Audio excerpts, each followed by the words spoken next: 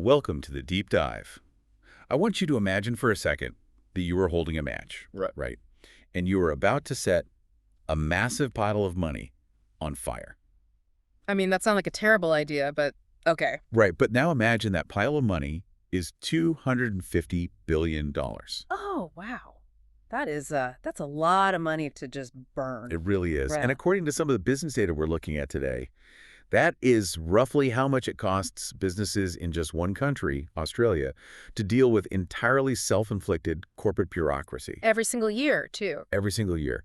And you know the feeling, right? You're sitting there staring down this absolute mountain of paperwork, or you're waiting in some soul-crushing bureaucratic queue. Oh, absolutely. Or you're just, clicking through these completely incomprehensible compliance forms online just to get a basic task done. It's just universally despised. It really is. It genuinely unites everyone. I mean, whether you're a citizen trying to renew a driver's license, a small business owner, or even a corporate executive, that frustration with bureaucratic hurdles is just a universally shared human experience at this point. Yeah, and here is the absolute paradox that we're focusing on for this deep dive. Yeah. Because this red tape, all these accumulated layers of laws, compliance mandates, tax forms, administrative procedures it's set by or created collectively by governments, public bureaucracies, and large organizations. Right. They build the maze. Exactly. Yeah. Yet those exact same bodies want to remove red tape for efficiency and productivity. They're constantly launching these high-profile initiatives to cut it. We demand that our institutions remove the red tape, but they are the ones who built it in the first place. It is a massive contradiction. So if everyone from the average citizen to the CEO to the politician hates it so much, why on earth was that red tape created in the first place? Well, to solve that mystery today, we are synthesizing a pretty massive stack of sources. We're looking at everything from public administration literature, detailed policy reviews on the Indian civil service. Which is fascinating, by the way. It really is. We've also got American government lectures, economic theories of bureaucracy, and even some historical records to kind of figure out how this monster was actually born. Okay, let's unpack this, because I desperately want to know who is fundamentally to blame for the 3 hours I lost trying to submit a single healthcare claim last week. I think we've all been there. To understand why we have all this administrative burden, I assume we sort of have to start at the beginning. And I've always wondered about the phrase itself. Like, why do we call it red tape? Is it just a metaphor, like a stop sign? You'd think so, but the historical origin is actually quite literal. It dates way back to the early 16th century. Wait, really? That old? Yeah, we have to look at Charles V. He was the King of Spain and the Holy Roman Emperor, and he was trying to modernize the administration of this sprawling, massive empire. Okay. So to manage this huge influx of information, he implemented a system using literal red tape, like a red ribbon called Balduc, and he used it to bind the most critical dossiers. Oh, so the red tape was originally like a VIP pass for documents. It meant read this immediately. Exactly. That was the entire point of it. It distinguished the urgent files that required immediate discussion by his Council of State from the ordinary files, which were honestly just tied with regular string. Huh. So it was actually an innovation in administrative efficiency back then. And we see it pop up again much later in the United States, right after the American Civil War, where literal red tape was used to bind the massive records of veterans. Oh, I can completely see how that transition happens then. Because if all those veteran records are heavily bound in thick red tape, and some clerk needs to access them to verify a pension or something. It takes forever. Right. Simply untying and sorting through those heavy files becomes incredibly tedious. So the physical act of dealing with the tape just becomes synonymous with administrative delay. Which is a perfect segue to the sociologist Max Weber, who formalized this whole concept of the ideal bureaucracy in the early 20th century. Because before modern bureaucracy, you essentially had administrative systems based on nepotism, aristocracy, or just, the arbitrary whims of a monarch. Like if the king liked you, you got what you wanted. Exactly. If you wanted a bridge built or a trade permit approved, it completely depended on who you knew or who you could bribe. So Weber was trying to design a system that eliminated that human bias. He was. He designed what he thought was a rational, efficient machine. Weber's ideal bureaucracy was built on a very clear division of labor, consistent written rules, and merit-based hiring. Basically making it fair. Right. The ultimate goal was impersonal equality. In theory, a perfect bureaucracy treats the poorest citizen and the wealthiest noble in exactly the same way, according to the exact same set of rules. It sounds like red tape started out as, the ultimate organizational life hack for a king and a real mechanism for fairness. But somehow it morphed into this giant, suffocating knot. So how do we distinguish between the good rules that ensure fairness and the absolute nightmare of compliance we have right now? Well, our sources point to a really helpful framework developed by a public administration scholar named Barry Bozeman. He defines red tape by distinguishing between two specific categories. He calls them rules born bad and good rules gone bad. Okay, rules born bad sounds pretty self-explanatory. Yeah, they're just dysfunctional from the very start. Like perhaps a legislature passed a law without actually understanding the mechanics of the industry they were regulating, so compliance is instantly impossible. Got it. And then good rules gone bad would be the historical leftovers, I'm guessing. Yeah. I'm just imagining, like, a regulation requiring physical carbon copies of a document in the era of encrypted email. 50 years ago, that rule ensured vital record keeping.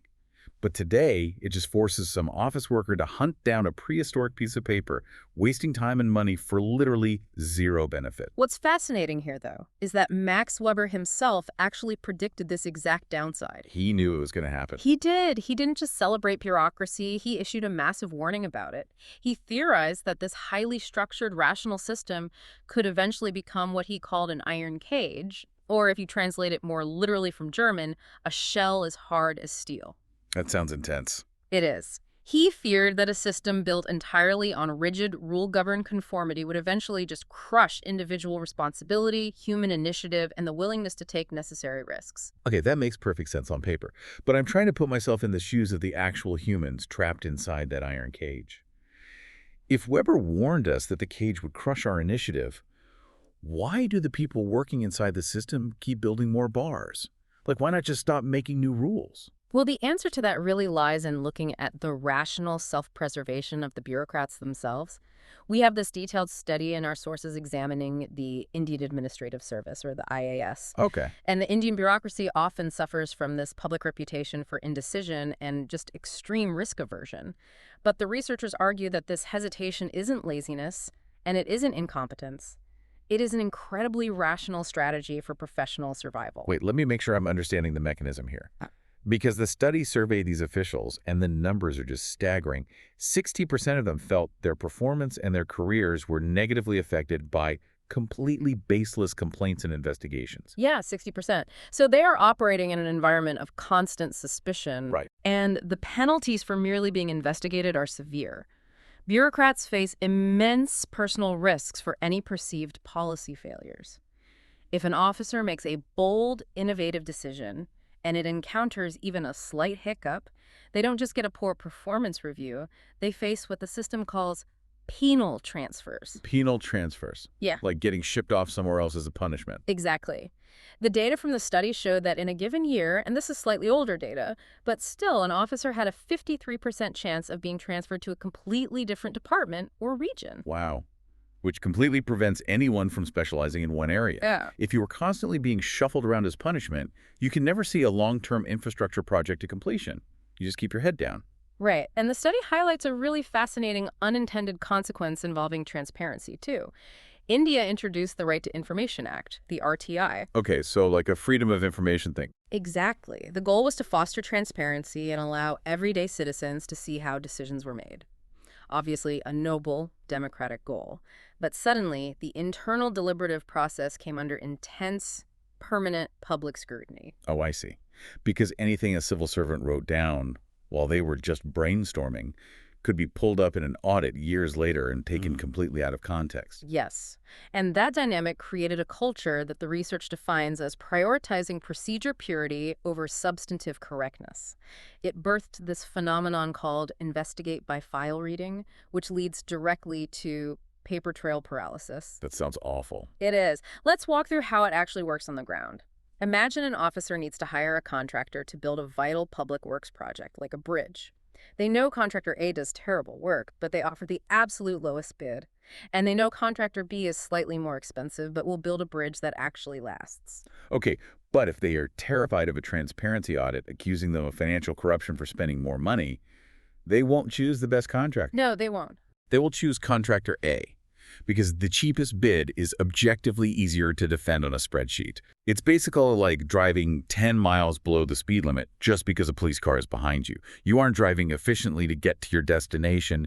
You're just making sure you don't get a ticket. You are choosing procedure purity over substantive correctness. That's a great analogy. And if we connect this to the bigger picture, this fear-based compliance isn't unique to India at all.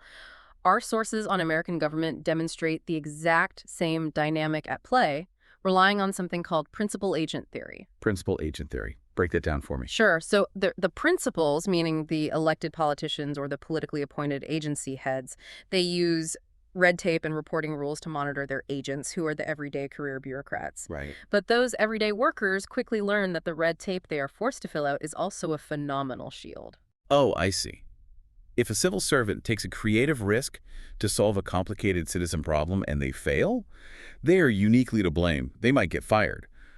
But if they follow a massive 50-step compliance checklist and the outcome is still a total failure, They're totally safe. right, they could just point to the clipboard and say, hey, I did everything the manual told me to do.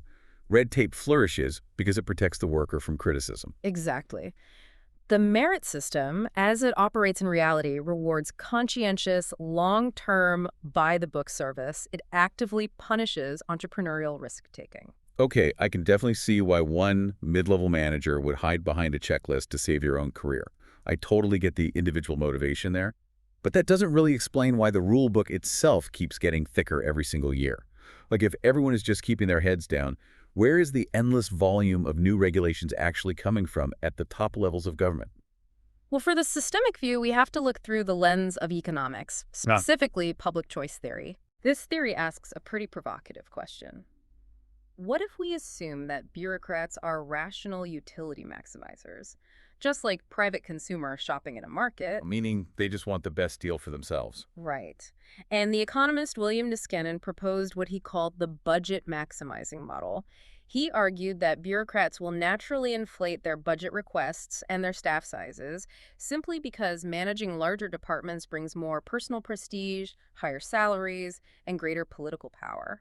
So they exaggerate the severity of the problems they are tasked with solving, just to convince the politicians to give them a bigger budget. Pretty much. And because the politicians funding them don't have the technical expertise to know exactly how much, say, an environmental survey or a zoning department should cost, the bureaucracy can easily secure a much larger budget than is strictly necessary. Yes, and that leads directly to allocative inefficiency, which just means society's resources are going to the wrong places, and productive inefficiency, where those resources are just being used wastefully to sustain a bloated department. I mean, if I'm listening to this right now, I'm probably thinking, wait, so the line at the licensing office is only long because the agency head wanted a fancier title and a bigger budget. Is that actually what this theory implies? It feels a bit, I don't know, cynical. It is highly cynical, absolutely. And it's important to note that other economists pushed back pretty hard on Niskanen's model.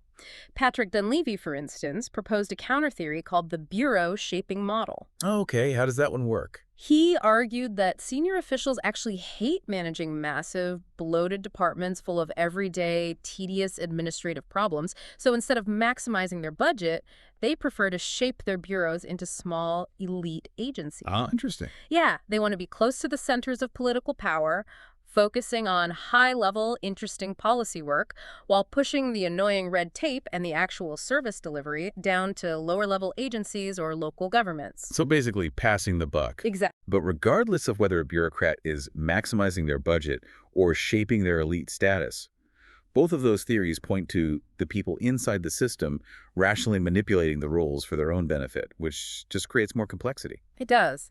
And beyond the bureaucrats themselves, the sources really emphasize a phenomenon called policy accumulation. You see, modern societies are incredibly complex and they constantly generate new demands. Like what? Well, think about 30 years ago. There was no massive public demand for laws regulating internet data privacy or autonomous vehicles or managing complex drone airspaces. Right. But today, society demands absolute safety and solutions in all these new areas. And governments respond by layering new policies directly on top of the old ones. And the very structure of our democratic institutions kind of acts as an accelerant for this accumulation, right?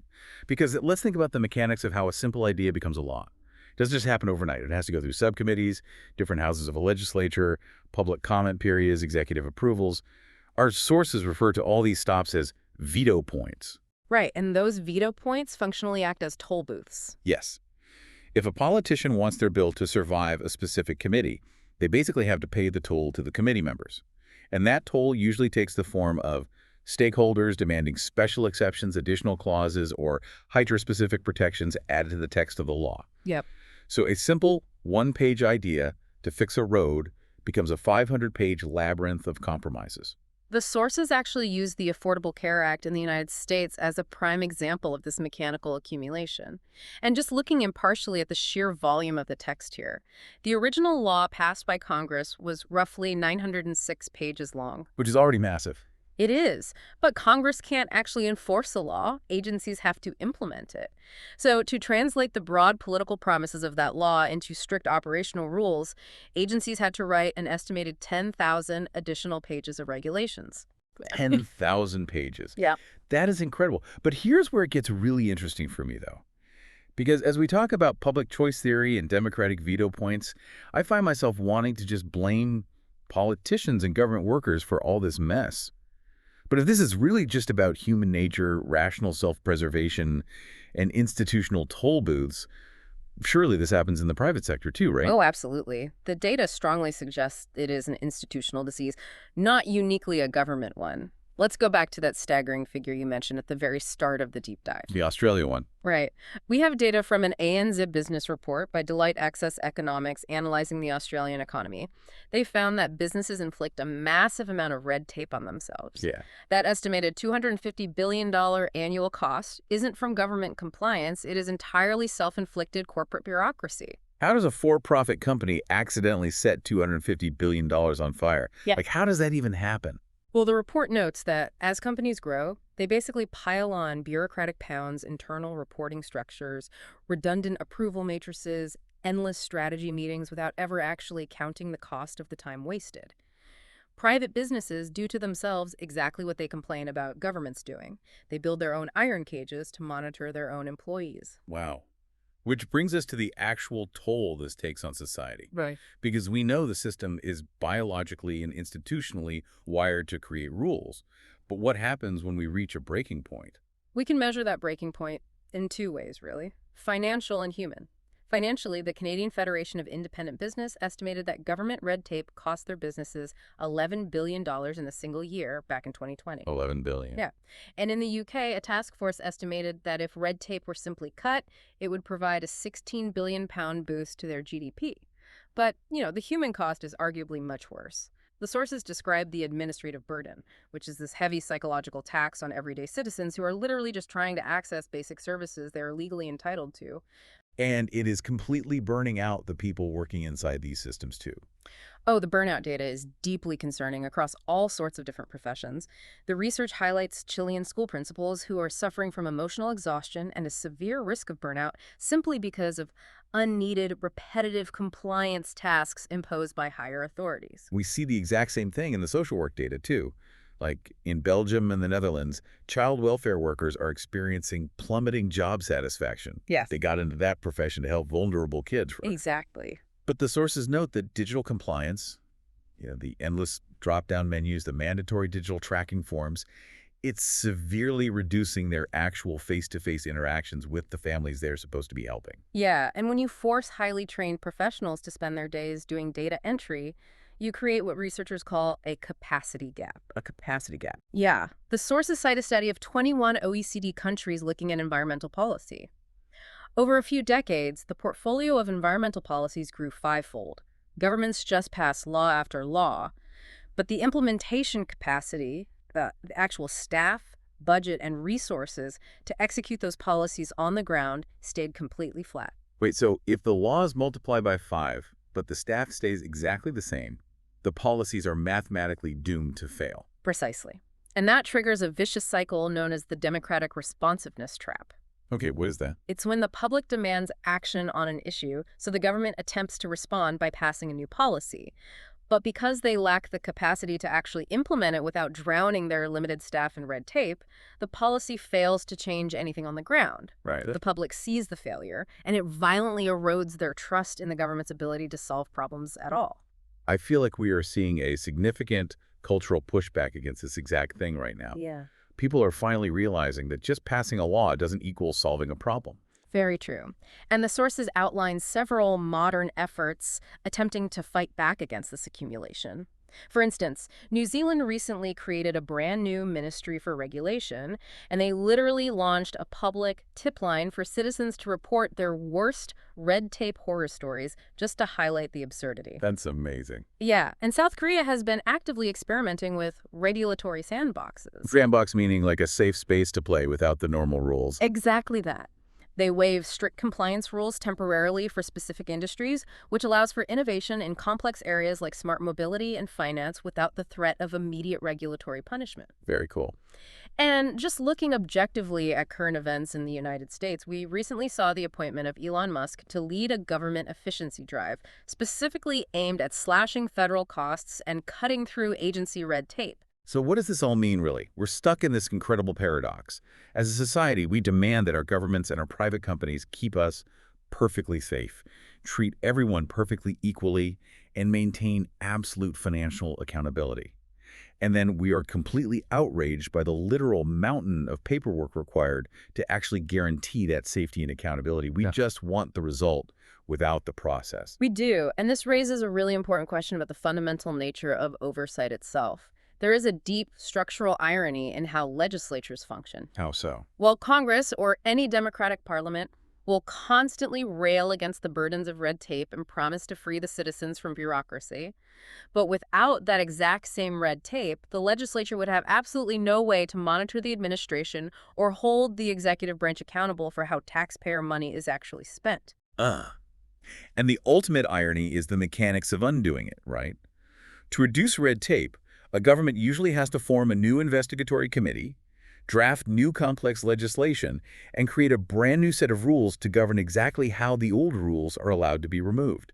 You literally have to manufacture red tape just to cut red tape. It's a completely self-perpetuating machine. It really is.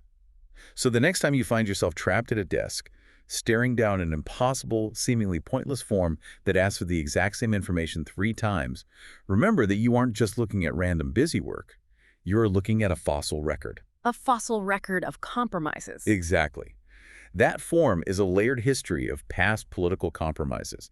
It's a monument to some mid-level manager's highly rational fear of getting fired or audited. It is the physical manifestation of the very human desire to impose control on a chaotic, unpredictable world. It really is the exact same impulse as King Charles V tying his red ribbon, just tangled up and multiplied over 5 centuries of human history. It is. And I want to leave you, the listener, with a final, slightly mind-bending thought directly from our source material that we haven't even touched on yet. Oh, this is a good one. In 2021, a group of researchers, Adams and colleagues, published a fascinating study on human behavior and problem solving.